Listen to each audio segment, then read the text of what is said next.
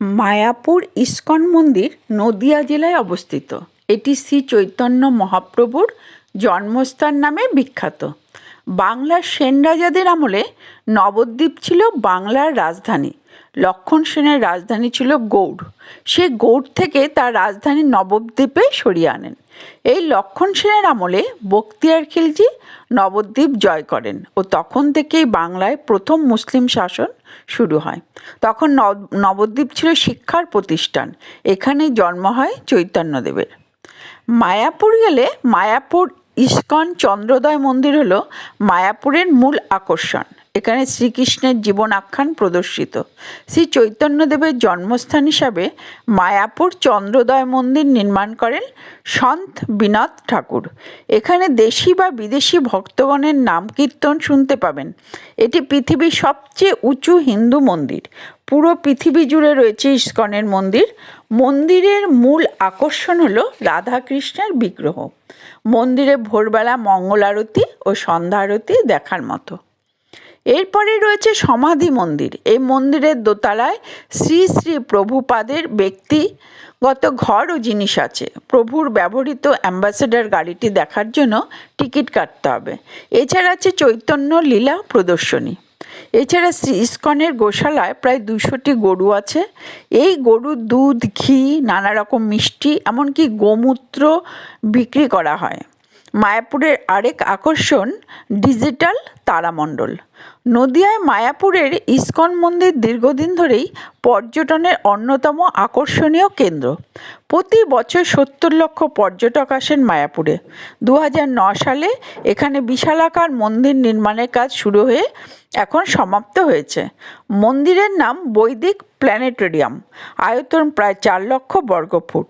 উচ্চতা এবং আয়তনে এটি বিশ্বের বৃহত্তম মন্দির। ইন্টারন্যাশনাল সোসাইটি অফ কৃষ্ণ কনসাসনেসের সদর দপ্তরও হবে মায়াপুরের এই মন্দির। এই বৈদিক প্ল্যানেটোরিয়াম প্রতি তলায় 10,000 মানুষের একত্রে বসতে পারবেন। এই সুবিশাল বৈদিক প্ল্যানেটোরিয়াম মন্দির তৈরির স্বপ্ন দেখেছিলেন ইস্কনের প্রতিষ্ঠাতা শ্রীল প্রভুপাদ। মার্কিন যুক্তরাষ্ট্রের ক্যাপিটল ভবনের নকশা দেখে ভালো লেগেছিল তার। 1976 সালে মন্দিরের বাহ্যিক কাঠামো তৈরির কথা প্রসঙ্গে নিজের এই পছন্দের কথা জানান তিনি। ওয়াশিংটনে থাকাকালীন তিনি বিশাখা মাতাজি এবং যদুবরা প্রভুকে ক্যাপিটল ভবনে ছবি তুলতে বলেন এবং সেই মতোই তৈরি হয়েছে মন্দিরখানি। বর্তমানে বিশ্বের সর্ববৃহৎ মন্দির হলো কম্বোডিয়ার আঙ্কর ভাট। তাকেও টেক্কা দিয়েছে মায়াপুরের বৈদিক প্ল্যানেটোরিয়াম। আয়তনে এটি হবে গিজার পিরামিডের সমান। বিশ্বের বৃহত্তম গম্বুজও রয়েছে এই মন্দিরে। প্রায় 700 কোটি টাকা ব্যয়ে তৈরি হওয়া এই মন্দিরের মাথায় বসানো হয়েছে এক বিশালাকার চক্র। পুরোটাই তৈরি স্টেনলেস স্টিল দিয়ে।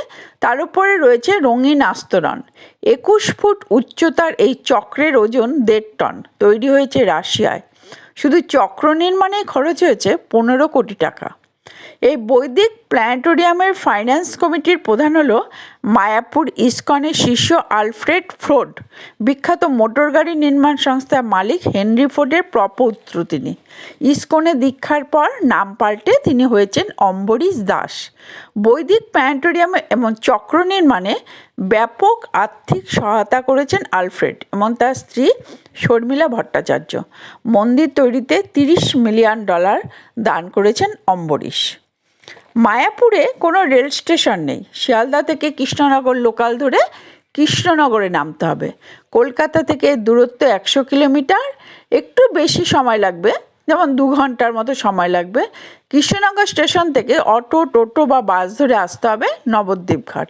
তারপর জলঙ্গি নদীর খেয়া পার হয়ে পৌঁছে যাওয়া যাবে মায়াপুর ইস্কন মন্দির। এছাড়া কলকাতা থেকে অনেক বাস আসছে সরাসরি মায়াপুরে।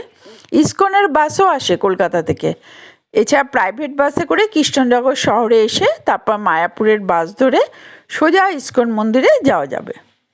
মায়াপুর বা নবদ্বীপের কাছে কোনো বিমানবন্দর নেই। কলকাতা বিমানবন্দরে পৌঁছে সেখান থেকে গাড়ি বা ট্রেনে করে আসতে হবে। কলকাতায় ইস্কনের গাড়ি সার্ভিস বিমানবন্দর থেকেও পাওয়া যায়।